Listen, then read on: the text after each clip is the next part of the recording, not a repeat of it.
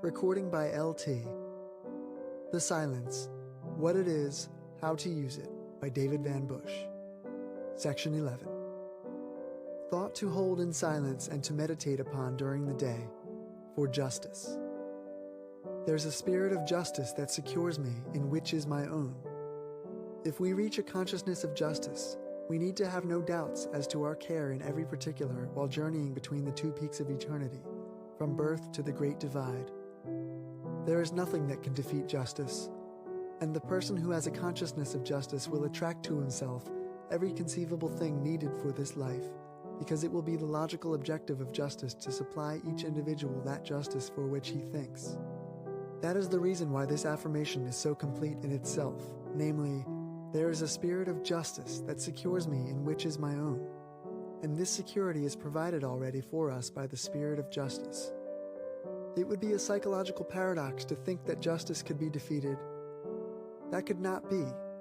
Perhaps it appears to you that your own has not yet been secured to you, but remember that life is fleeting, that a year is as a tale that is told, and that a decade is but as ships that pass in the night, when the years have vanished in the distance.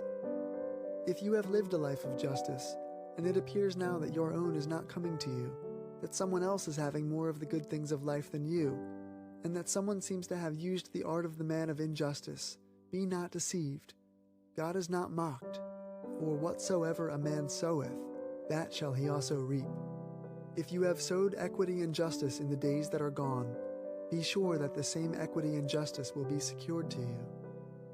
The scriptures tell us not to think too much of the man who is nourishing like a green bay tree, for his efforts are soon cut off, and he vanisheth away. One who is astride the scales of justice, and who thinks that he can hold the balance, is gravely mistaken. He may have occupied his present position for many years, first putting his weight on one side and then on the other in an effort to keep his equilibrium. Perhaps today it appears that the scales of justice are being well manipulated by his insincerity, duplicity, or trickery, but it is like the green bay tree. It will soon pass away.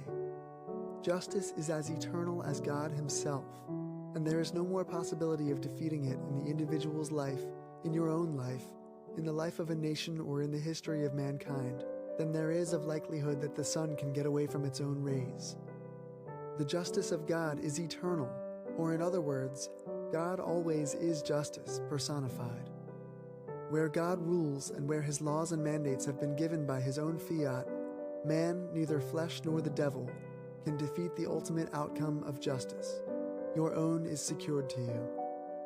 Man himself is fashioned by the finger of divinity. The crown of justice is placed upon his brow, and no ruthless hand of greed, duplicity, or evil dexterity can ever tear it away.